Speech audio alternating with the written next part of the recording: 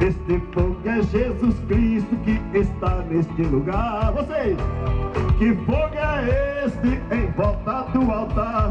Este fogo é do Espírito, não pode. Preste atenção. Tem crente frio que não dá glória a Jesus. Tá seguindo a Herodes, vive em treva e não em luz. Quente e gelado, no céu de luz nunca vai. Mas se o crente é poderoso, é só dar glória e o fogo. É vocês comigo. Que fogo é esse? Cante! E está neste lugar. Outra vez. Que fogo é este em volta do altar? Este fogo é do Espírito, não pode agora.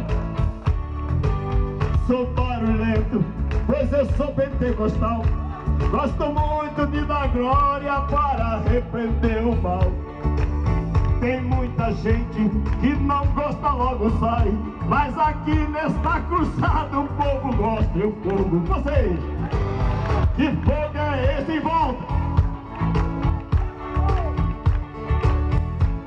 Que está neste lugar. Outra vez. Que fogo é este em volta do altar? Este fogo é do Espírito, não pode se apagar. Olha só. Fogo de Cristo é gostoso e queima o mal. Desenterra o pecado, este fogo é o tal. Se existe fogo, o pecado logo sai. Jesus vence o inimigo e assim o fogo vai. Cante! Que fogo é este em volta? Este fogo que está? Outra vez? Que fogo é este em volta do altar?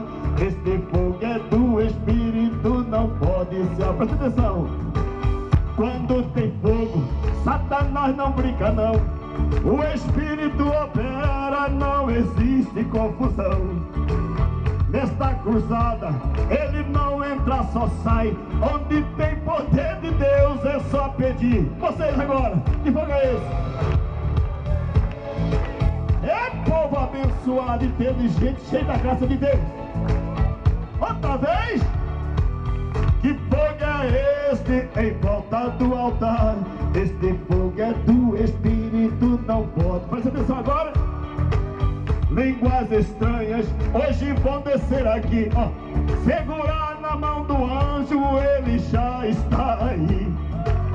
É brasa acesa, este povo pro céu vai. Tá falando em mistério que assim o fogo. A igreja cantando vocês. Oh, maravilha, cantou, cantou.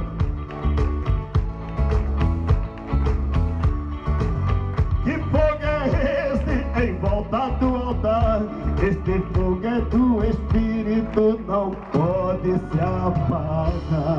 Aleluia! Poder sentar dando glória em nome de Jesus.